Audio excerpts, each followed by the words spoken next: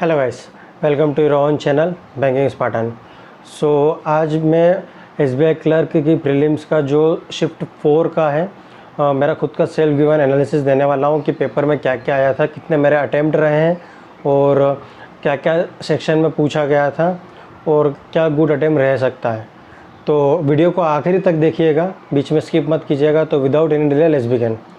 तो सबसे पहले मैं बात कर लेता हूँ सेक्शन वाइज, फिर मैं टोटल आपको मेरा अटेम्प्ट बताऊँगा। तो सबसे पहले मैथ्स की बात कर लूँ तो मैथ्स में 5 to 6 DI आया था और जो मंथ बेस था जिसमें आई थिंक 4 मंथ दिए थे। शायद दिसंबर था, एक नवंबर था, एक अक्टूबर था, सितंबर अक्टूबर नवंबर दिसंबर समथिंग कुछ थे और उसका ABCD करके डेटा दिया हुआ था। और उसके बाद उसमें क्वेश्चंस दिए हुए थे कि जैसे कि ये 4 महीने के अलावा फिर एक अलग क्वेश्चन में पूछ रहा था कि ये फरवरी में 25% है जो सितंबर और दिसंबर के A और B का, मतलब इस टाइप से। तो फरवरी में कितने मतलब जो भी डेटा है वो पूछा था। तो इस टाइप से DI दिया हुआ था, इजीली डूएबल था, बन रहा था, कोई ज़्यादा इसमें दिक्कत नहीं आ रही थी। उसके बाद 10 अप्रॉक्सीमेशन प्लस सिंप्लीफिकेशन थे। प्लेन सिंप्लीफिकेशन नहीं थे, उसमें अप्रॉक्सीमेशन के क्वेश्चंस भी थे और सिंप्लीफिकेशन भी थे। अप्रॉक्सीमेशन मतलब पॉइंट में फ्रैक्शन में दिए थे, तो उस तरीके के क्वेश्चन थे जो कि जिसमें से 2 या 3 थोड़े से टिपिकल थे, मतलब आपको थोड़ा सा सोचना पड़ जाता। उसके बाद 5 DI 10 सिंप्लीफिकेशन अप्रॉक्सीमेशन। 3 जो क्वेश्चन थे वो एक ट्रेन बेस पे थे। तो एक ट्रेन दे दी थी उनने एक कि इतनी लंबी ट्रेन है जो प्लेटफॉर्म को इतने सेकंड में क्रॉस कर रही है।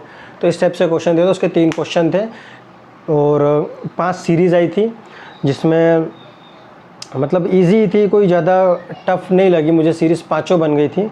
तो 10, 5, 15, 5, 20, 3, 23, बाकी जो 7 थे वो थे अर्थमेटिक के क्वेश्चन। अर्थमेटिक के क्वेश्चन मैंने देखे नहीं है, ज़्यादा देख नहीं पाया क्योंकि मेरा टाइम निकल गया था, क्योंकि मेरा मैथ्स एवरेज है।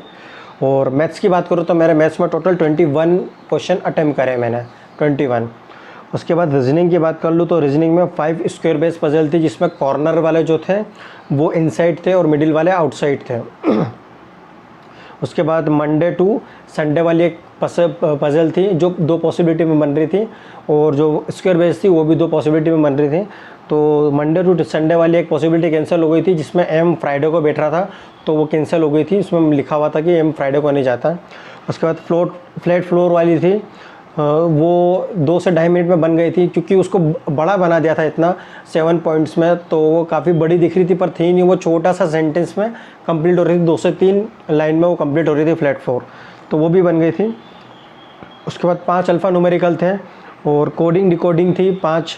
उसके बाद 4 स्लोक्स थे, वर्ड कोडिंग थी, मतलब 3 वर्ड कोडिंग करके बताए थे, फिर चौथा वर्ड दे देता, बोला था कि अब इसके लिए किस तरीके से, अगर जैसे इन दोनों वर्ड को कोडिंग करा तो उसका वर्ड का कैसे डिकोड करेंगे, उस तरीके से था। फिर एक वर्ड दे दिया था जिसमें फॉरवर्ड और बैकवर्ड निकालना था, वो वर्ड मेरे को याद नहीं आ रहा अभी, तो वो एक वर्ड दे दिया था।